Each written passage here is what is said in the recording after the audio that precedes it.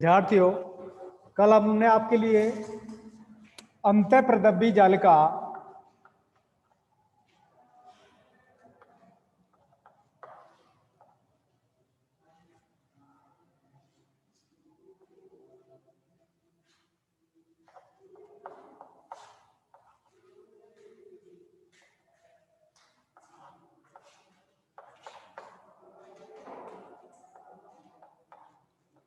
अंतःप्रदब्बी जालिका के बारे में हमने आपके लिए बताया था कि उसका इतिहास,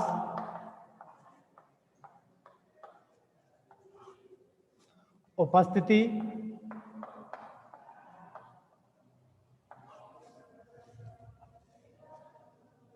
संरचना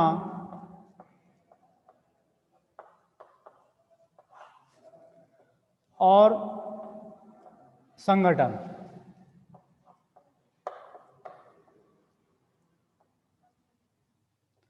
इन पहलुओं के बारे में हम चर्चा कर चुके हैं।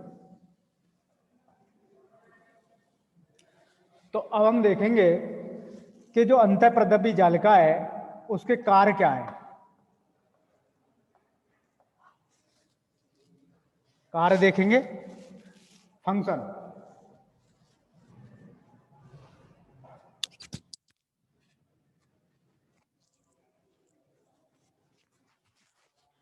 अंतःप्रदब्बी जालिका के जो कार्य हैं, हम एक एक कार्य को लेकर चलेंगे। नंबर 1, लिपिड संश्लेषण।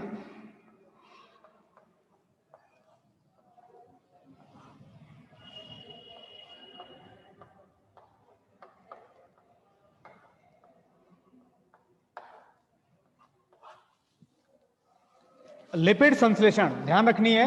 यहां SER जो चिकनी अंतःप्रदब्बी जालिका है वो ट्राइग्लिसराइड का संश्लेषण करती है।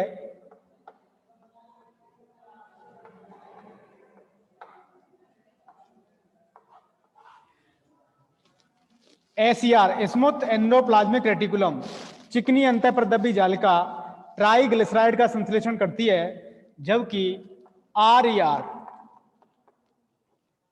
फॉस्फोलिपिड का संश्लेषण करती है।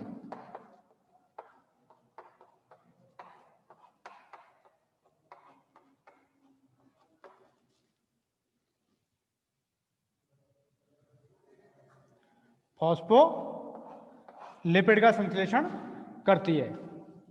नंबर 2,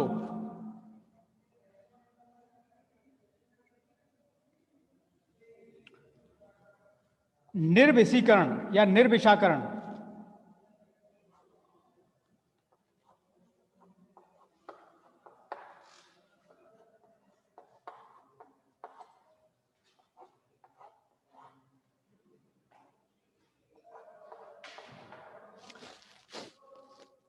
यहां पर फेनोबार्बिटॉल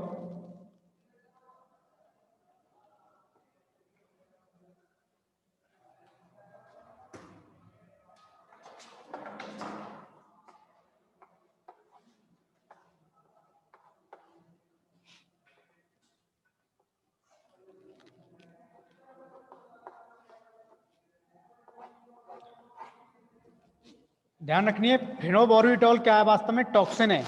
तो इसका डिटॉक्सिफिकेशन का कार्य कौन करेंगे? SER करेगी, चिकनी अंतःप्रदब्बी जालिका। तो डिटॉक्सिफिकेशन का भी कार्य कौन कर रही है? अंतःप्रदब्बी जालिका करती है। नंबर 3,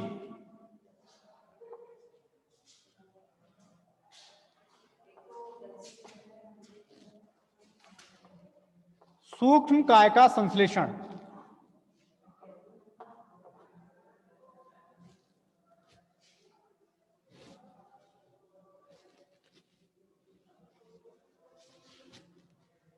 सूक्ष्म काय का संश्लेषण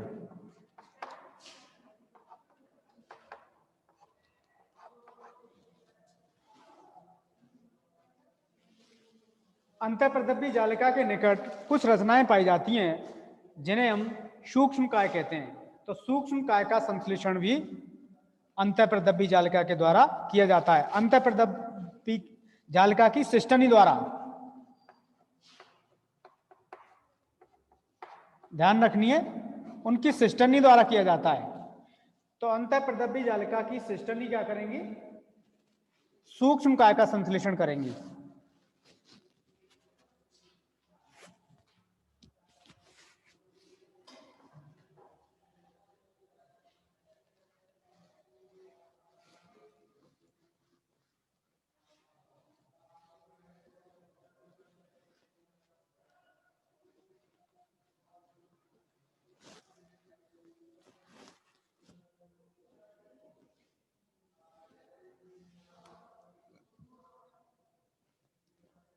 नंबर 4,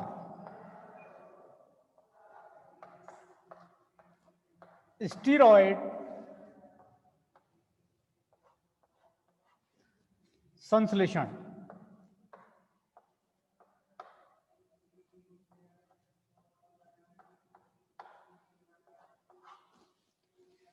स्टीरॉयड संश्लेषण आप जानते हैं, वृषण, अंडाशय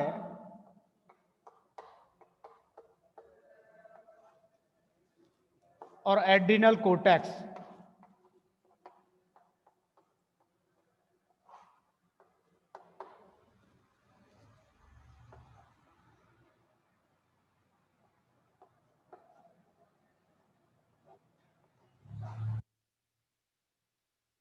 यहां स्टीरॉयड का संश्लेषण होता है, लेकिन इनके पूर्ववर्ती जो कि इसके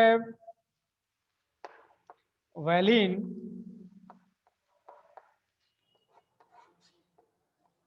और लेनोस्टिरॉल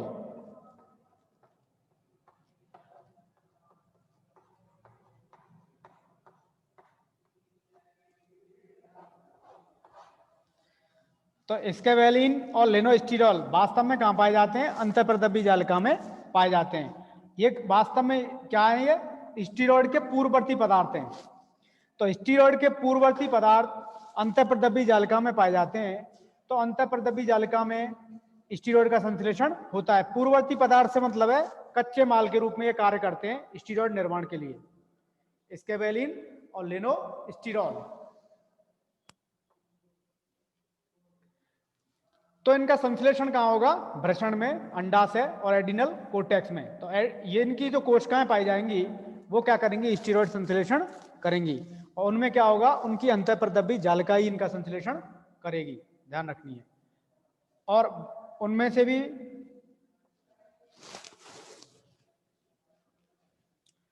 नंबर 5,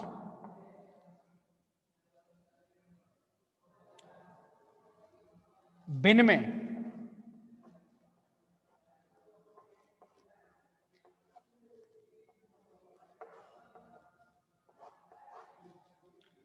एक्सचेंज, विनिमय की प्रक्रिया ध्यान रखनी है।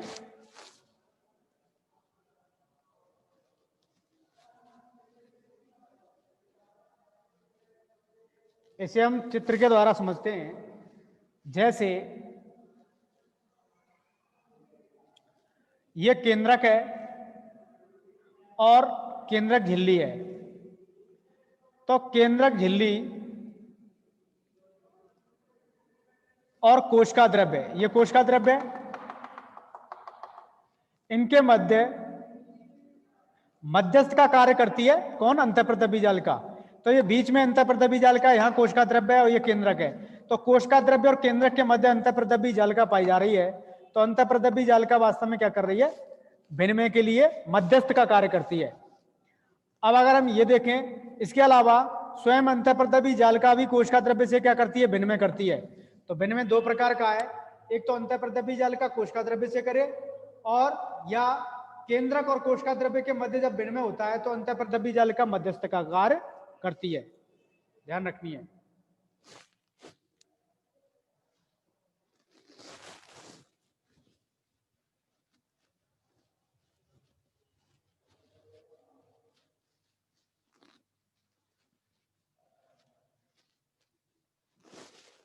एक है झिल्ली प्रवाह, यह भी इसका कार्य है।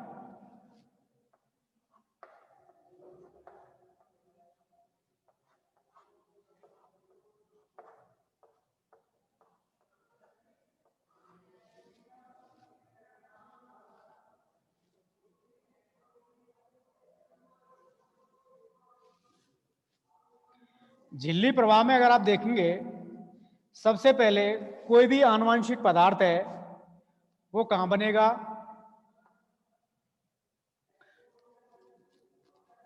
केंद्रक में,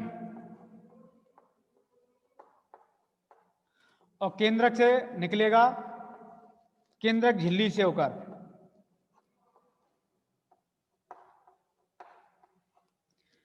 ये केंद्रक झिल्ली है, और केंद्रक झिल्ली में क्या पाए जाएंगे?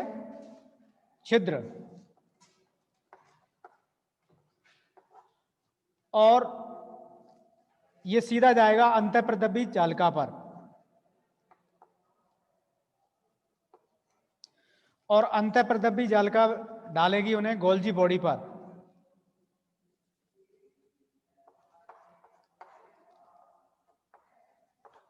गोल्जी काय,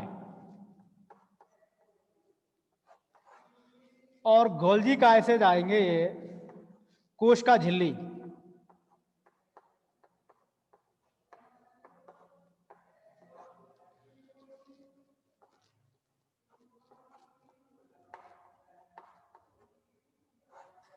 और कोशिका झिल्ली से क्या कर दिए जाएंगे? बाहर।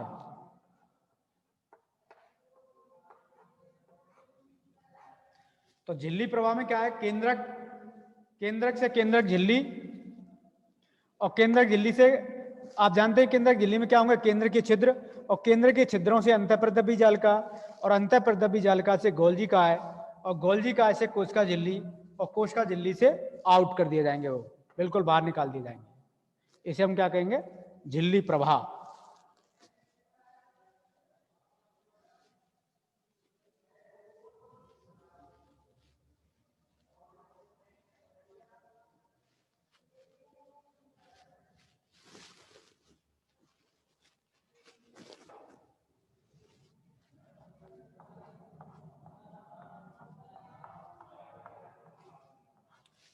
अब अगर हम देखें इसके अलावा अन्य कार्य हैं, लिपोप्रोटीन संश्लेषण।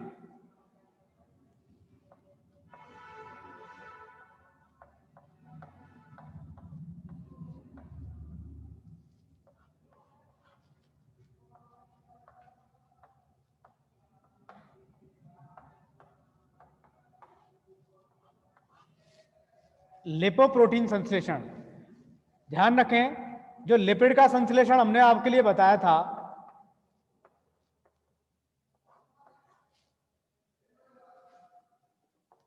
लिपिड संश्लेषित होगा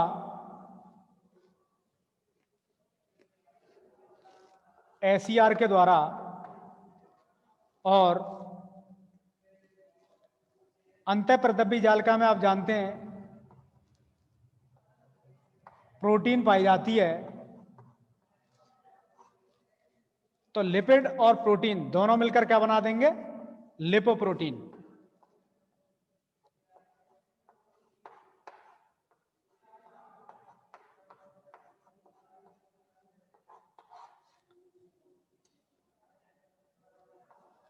तो लिपोप्रोटीन का संश्लेषण भी कहां होगा? अंतःप्रदबी जालिका के अंदर होगा। इसके अलावा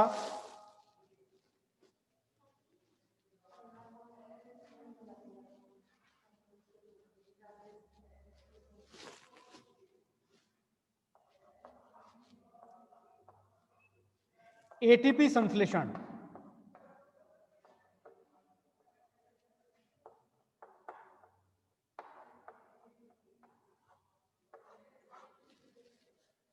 एटीपी संश्लेषण, आप जानते हैं एटीपी का जो संश्लेषण होता है वो वास्तव में कहां होता है? माइटोकॉन्ड्रिया में होता है। तो एटीपी संश्लेषण अंतःप्रदबी जालिका में कैसे हो रहा है? ध्यान रखें, एटीपी संश्लेषण के लिए भी ये कार्य करते हैं। एटीपी संश्लेषण का कार्य वास्तव में माइटोकॉन्ड्रिया में होता है, लेकिन उसके लिए कुछ एंजाइमों का निर्माण कौन करता है? अंतःप्रदबी जालिका करती है। आप जानते हैं जो एंजाइमों का निर्माण होगा वास्तव में राइबोसोम करेंगे, और राइबोसोम उन एंजाइमों को कहां डाल देंगे? अंतःप्रदबी जालिका में। तो एटीपी संश्लेषण को प्रेरित भी कौन कर रहे हैं? अंतःप्रदबी जालिका करती है।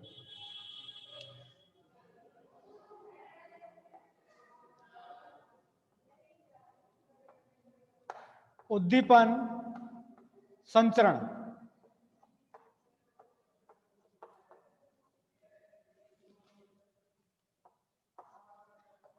उद्दीपन संचरण हमने आपके लिए बताया था कि जो अंतःप्रद्रव्य जालिका है उसके दो रूपांतरण है, सार्कोप्लाज्मिक रेटिकुलम और माइलॉइड रेटिकुलम। सार्कोप्लाज्मिक रेटिकुलम जो वास्तव में पेशीय कोशिकाओं में पाई जाने वाली अंतःप्रद्रव्य जालिका का रूपांतरण है, और हम देखेंगे तो वहां क्या होगा, जो भी उद्दीपन होगा वो उद्दीपन अंतःप्रद्रव्य जालिका के माध्यम से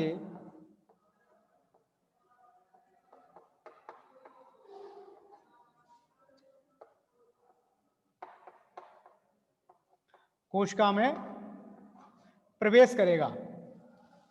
तो उद्दीपन संचरण में भी ये मदद करती हैं।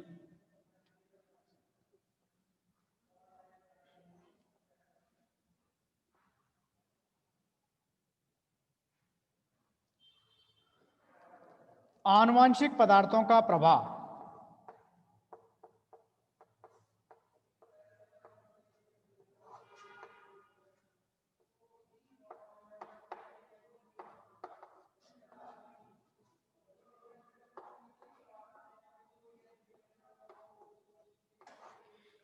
आनुवांशिक पदार्थों का प्रभाव, ध्यान रखें, आप जानते हैं अंतःप्रद्रव्य जालिका केंद्रक के निकट रहती है। तो अंतःप्रद्रव्य जालिका केंद्रक के निकट होती है तो निश्चित रूप से जो भी आनुवांशिक पदार्थ बनते हैं, आनुवांशिक पदार्थ क्या होगा आप जानते हैं, जैसे ये केंद्रक है तो केंद्रक से जो भी आनुवांशिक पदार्थ बनेगा, आरएनए बनते हैं मुख्यतः, तो आरएनए का जो निर्माण होगा वो सबसे पहले कहाँ आएगा, वो सबसे पहले आएगा अंतःप्रद्रव्य जालिका के पास। तो अंतःप्रद्रव्य जालिका का, तो इसका मतलब है आनुवांशिक पदार्थों का जो प्रवाह है उसमें अंतःप्रद्रव्य जालिका का भी रोल है, ध्यान रखें।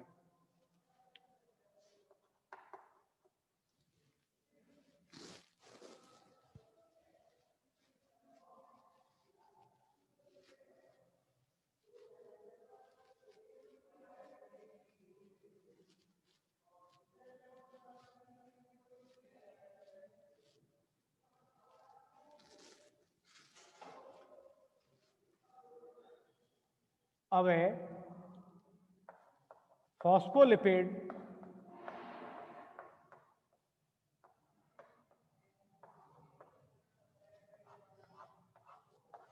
हार्मोन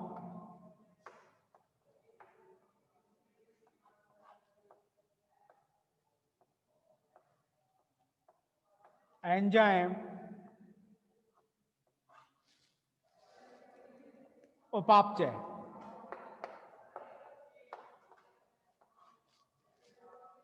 ध्यान रखें, ये फॉस्फोलिपिड हार्मोन और एंजाइमों के उपापचय से संबंधित है, उनके संश्लेषण से संबंधित है, ध्यान रखनी है। इसके अलावा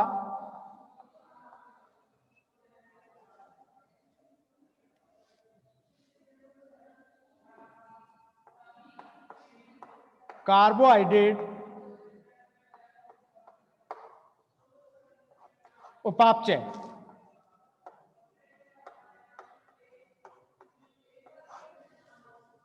कार्बोहाइड्रेट उपापचय अर्थात जो ग्लाइकोजन है,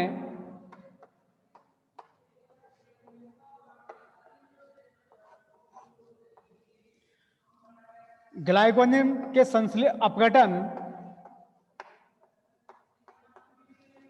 और संश्लेषण,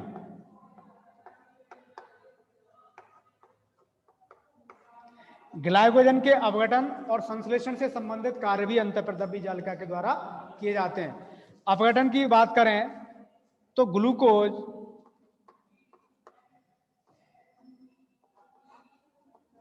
सिक्स फॉस्फेटेज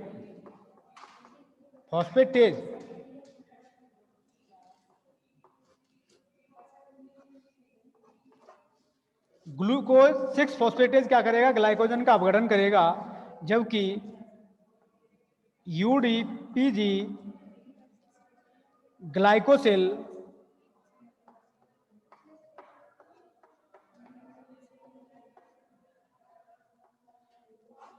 ट्रांसफरेज।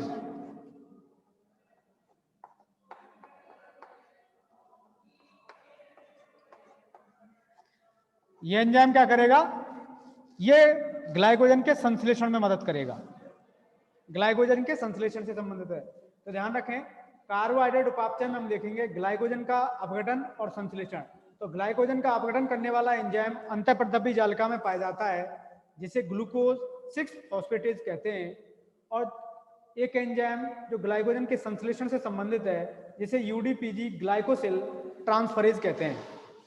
ध्यान रखनी है।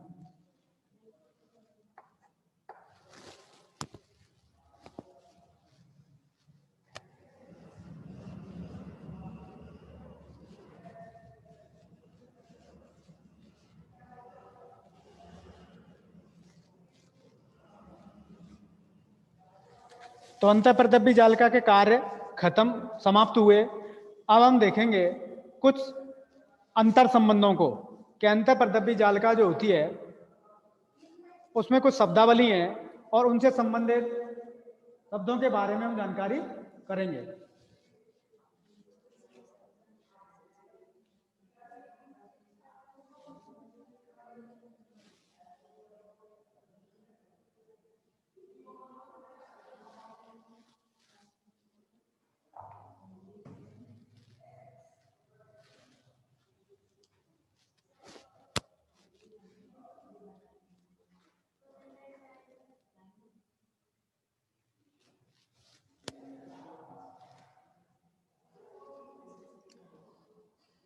जैसे अल्फा, बीटा, गामा, साइटोमेम्ब्रेन।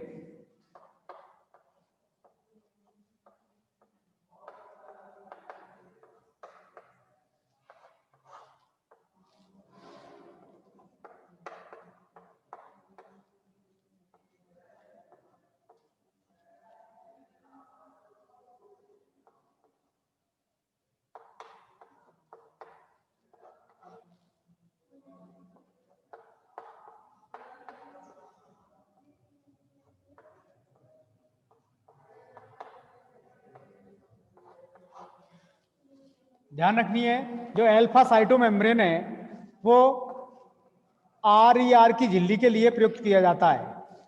आर से मतलब रफ एंडोप्लाज्मिक रेटिकुलम, जो रुक्ष खुरदरी अंतःप्रदब्बी जालिका होती है उसके लिए प्रयोग किया जाता है अल्फा साइटोमेम्ब्रेन। बीटा साइटोमेम्ब्रेन कोशिका झिल्ली के लिए प्रयुक्त किया जाता है।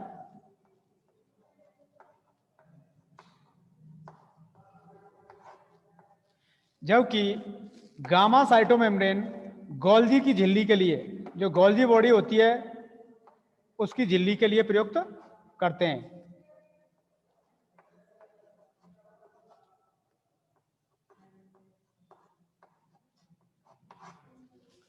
तब आपको पता लग गया है कि अल्फा साइटोमेम्ब्रेन खुरदरी अंतःप्रदब्बी जालिका की झिल्ली, बीटा साइटोमेम्ब्रेन कोशिका झिल्ली और गामा साइटोमेम्ब्रेन गोल्जी काय की झिल्ली। इन झिल्लियों के बारे में आपको जानकारी हो गई है।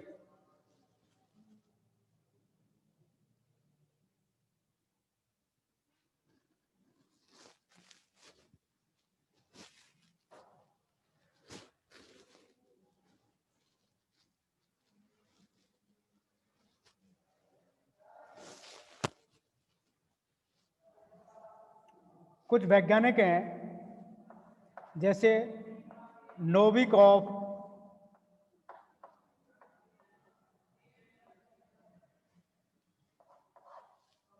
मैकेडो,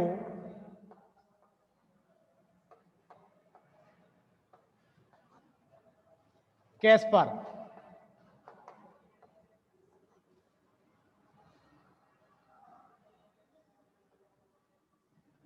तो इन्होंने GERL तंत्र के बारे में बताया और इन्होंने बताया कि जो केंद्रक झिल्ली है, केंद्रक की बाहरी झिल्ली,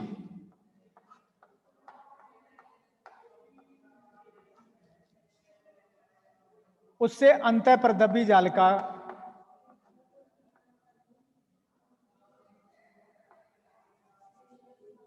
ER अंतःप्रदबी जालिका की उत्पत्ति होती है। तो इन्होंने क्या बताया मैकेडो ने कि केंद्रक की जो बाहरी झिल्ली होती है उससे अंतःप्रदबी जालिका की उत्पत्ति होती है। और कैस्पन ने क्या बताया कि केंद्रक झिल्ली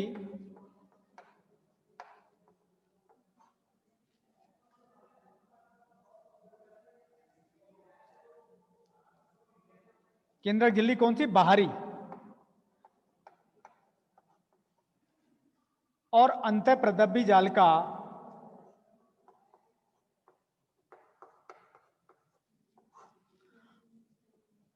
परस्पर अविभेदित हैं।